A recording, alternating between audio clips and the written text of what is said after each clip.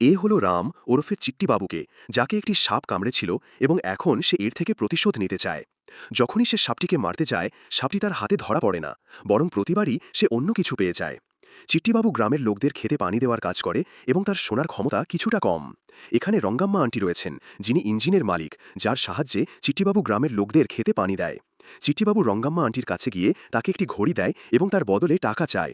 রঙ্গাম্মা aunty তাকে ঘড়িটি পরিয়ে দেন এবং বদলে ১০০ টাকার নোটও দেন। এছাড়াও গ্রামের প্রেসিডেন্ট রয়েছেন, যিনি গত ৩০ বছর ধরে নির্বাচনে জয়ী হয়ে আসছেন। তার বাড়ির সামনে দিয়ে কেউ জুতা পরে হাঁটে না। ৫ বছর পর দুবাই থেকে চিট্টিবাবুর বড় ভাই বাড়ি ফেরে। ঠিক তখনই প্রেসিডেন্টের লোকেরা গ্রামের একজন মহিলাকে ঋণ না শোধ করার অজুহাতে তার বাড়ি থেকে বের করে দিতে আসে। কিন্তু চিট্টিবাবুর বড় ভাই তাদের কিছু টাকা দিয়ে সেখান থেকে তাড়িয়ে দেয়। এদিকে কিছু লোক একটি সাপকে মারতে বাধা দিচ্ছিল। এমন সময় একজন মহিলা চিট্টিবাবুকে ডাকে। চিট্টিবাবু সাপ খুঁজতে গিয়ে ঝোপঝাড় সরিয়ে দেখে মেয়ে চিট্টিবাবু তাকে দেখতেই থাকে।